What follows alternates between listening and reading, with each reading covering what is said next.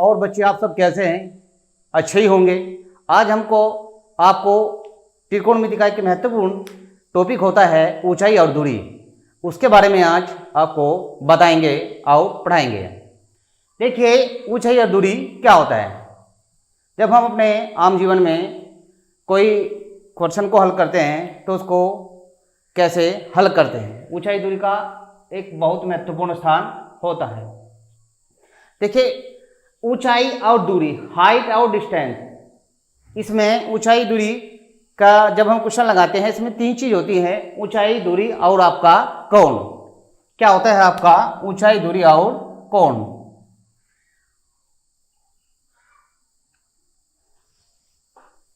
कोण देखते हैं। कोण आपका ऊंचाई दूरी में दो प्रकार के होते हैं। एक तो होता है हमारा उन्नयन कोण और दूसरा होता है हमारा अवनमन कोण। एक कोण होता है हमारा उन्नयन कोण, उन्नयन कोण, और दूसरा होता है हमारा अवनमन कोण।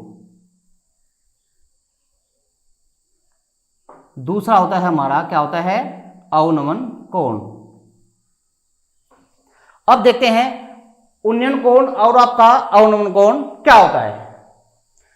अब देखते हैं, जैसे कि आप कहीं आप घूमने के लिए जाते हैं, सपोज आप दिल्ली गए घूमने के लिए, वहां पे आपने क्या देखा, कुतुब मीनार। आपने कोई मीनार खड़ी है, क्या खड़ी है आपकी, मीनार। और मीनार से जब हम इतनी दूर खड़े हैं और यहां से मीनार की चोटी को देखते हैं ऊपर, ये यहां पर देखते हैं, नीचे से ऊपर की तरफ देखते हैं मीनार की चोटी पे, और ये क्या होगी हमारी क्षैतिज रेखा। पृथ्वी तल के जो समांतर रेखा होती है वो होती है हमारी क्षैतिज रेखा।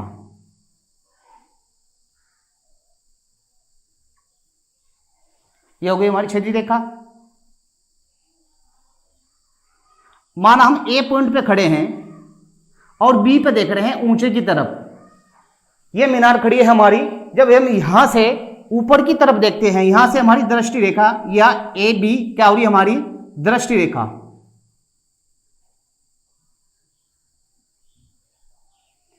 ए बी हमारी हुई दृष्टि रेखा और ए सी हुई हमारी क्षैतिज रेखा। दृष्टि रेखा और क्षैतिज रेखा के बीच जो एंगल बनता है, जो कोण बनता है, वो कोण होता है हमारा उन्नयन कोण। क्या बनता है हमारा उन्नयन कोण। अब बच्चों समझे, ये आपकी मीनार खड़ी है और इतनी दूर हम खड़े हैं। जब यहां से हम ऊपर की तरफ देखते हैं, ए पॉइंट से पॉइंट बी पे देखते हैं, यह दृष्टि रेखा हुई हमारी, और यह हमारी पृथ्वी के जो रेखा समांतर होती है वो होती है हमारी क्षैतिज रेखा। यह क्षैतिज रेखा, दृष्टि रेखा और क्षैतिज रेखा के बीच में जो कोण बनता है उसको कहते हैं हम उन्नयन कोण। समझ में आ गया।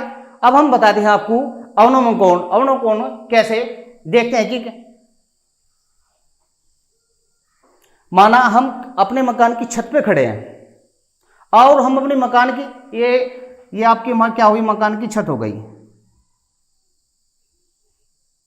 यहां खड़े हैं ऊंचाई पे, और यहां से हम नीचे की तरफ देखते हैं, मकान की छत से ऊपर से नीचे की तरफ देखते हैं। ये हमने नीचे देखा,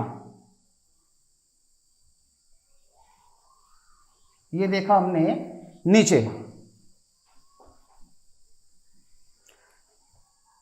यहां मकान की छत पर खड़े हैं, हम नीचे देख रहे हैं, ये तो हो गई हमारी क्षैतिज रेखा। क्या हो गई हमारी क्षैतिज रेखा। यह हुई हमारी दृष्टि रेखा।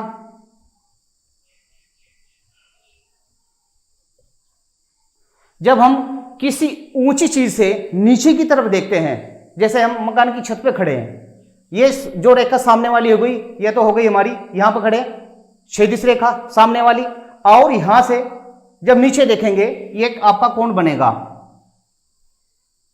इसको थीटा मान लिया हमने। ये कौन होता है हमारा अवनमन कोण। कौन सा होता है अवनमन कोण।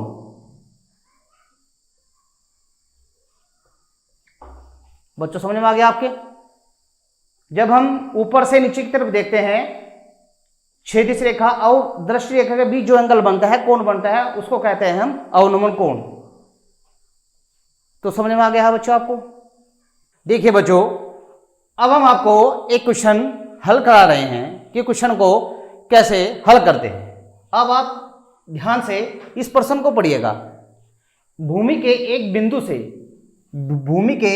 बिंदु से जो मीनार के पाद बिंदु से 30 मीटर की दूरी पर है, मीनार के शिखर का उन्नयन कोण 30 अंश है, तो मीनार की ऊंचाई ज्ञात कीजिए। अब आप समझ गए होंगे, भूमि के एक बिंदु से जो मीनार के पाद बिंदु से 30 मीटर की दूरी पर है, आपकी एक मीनार दी है, यह आपकी ए क्या दी है? मीनार। आपकी ये मीनार कहां पर खड़ी है? आपकी समतल पर खड़ी है, किसी भूमि पर खड़ी है। जहां से आपकी ये मीनार खड़ी है, यह आपका पाद बिंदु हुआ, बिंदु है, इसको कहेंगे पाद बिंदु। मीनार के पाद बिंदु से 30 मीटर की दूरी पर है। कितना है आपकी? यह 30 मीटर। मीनार के यहां से जो मीनार के पाद बिंदु से इस बिंदु तक दूरी कितनी है आपकी? 30 मीटर। मीनार के शिखर का उन्नयन कोण कितना है? 30 अंश। उन्नयन कोण क्या होता है? मैंने भी आपको बताया था। उन्नयन कोण जब कोई चीज हम, अभी मैंने बताया था, जब कोई चीज हम नीचे से ऊपर की तरफ देखते हैं तो कोण क्या होता है हमारा? उन्नयन कोण। ये कितना दिया है आपका? 30 अंश। उन्नयन कोण 30 अंश। मीनार की ऊंचाई ज्ञात कीजिए। यह ऊंचाई पूछा है, ऊंचाई यह ज्ञात करनी है आपको, ऊंचाई। देखिए बच्चों, जब हम कोई क्वेश्चन हल करते हैं ऊंचाई दूरी का, ये त्रिभुज दिया आपका ABC, एक समकोण त्रिभुज दिया है। इसमें 4 चीज होती है आपका, एक पॉइंट, कर्ण, आधार, लंब, और ये आपका कोण हुआ। 4 चीज में से आपकी अगर 2 चीज पता है तो आप कुछ भी सवाल को हल कर सकते हैं। 4 चीज दी है इसमें आपका, एक ये दी है आपकी BC कर्ण, AB क्या बोलते हैं लंब, और AC आपका आधार 30 मीटर। अब हम देखते हैं 4 चीजों से हमारे पास 2 चीज ज्ञात है। एक तो उन्नयन कोण दिया है और आपका ये क्या दिया है? आधार 30 मीटर। अब लिखते हैं, माना AB एक मीनार है,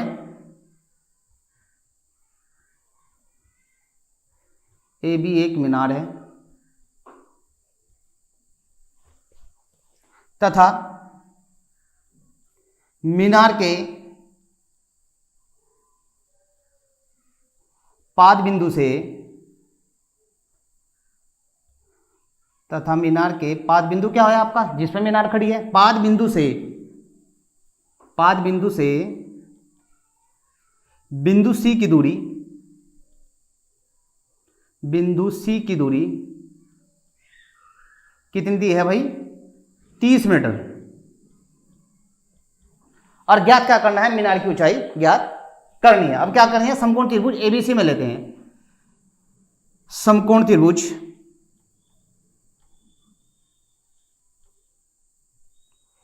ABC में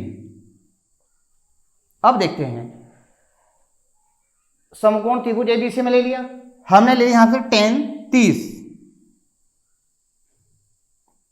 tan थीटा हमारा क्या होता है? मैंने आपको पहले भी बताया था, LAL बट कक्का, लाल बटे कक्का, साइन कोस टेन लंब बटे आधार, क्योंकि लंब बटे आधार।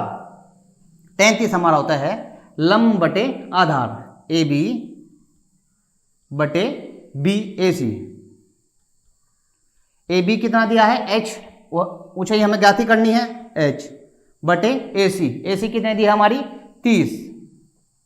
30 अंश, सॉरी अंश नहीं, 30 मीटर। tan 30 का मान कितना होता है? बताओ बच्चों, tan 30 का मान होता है हमारा 1/3, 1/√3, 1/3 नहीं, 1/√3, और यह हमारा H/30। अब क्या करते हैं हम? R बार गुणा करते हैं। इसकी 30 की में 1 में गुणा करेंगे, क्या आ जाएगा हमारा? 30 बराबर H के √3 में गुणा करेंगे, क्या आ जाएगा? H/3। H निकालना है, H बराबर 30 ही रहेगा, क्या होगा? √3 इसके बटे में आ जाएगा। जब चीज कोई चीज़ अंडर रूट नीचे होती है तो ऊपर नीचे अंडर रूट 3 से गुणा कर देते हैं। अंडर रूट 3 बटे अंडर रूट 3, ऊपर क्या हुआ हमारा 30 अंडर रूट 3। जब अंडर रूट 3 की गुणा करेंगे तो क्या हो जाएगा हमारा 1 3 आ जाएगा, 3 से कट जाएगा आपका 10, क्या आ गया हमारा 10 अंडर रूट 3।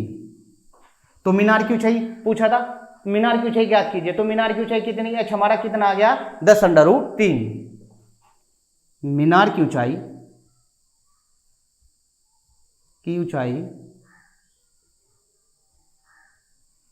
h बराबर आ गई हमारी 10 अंडर रूट 3।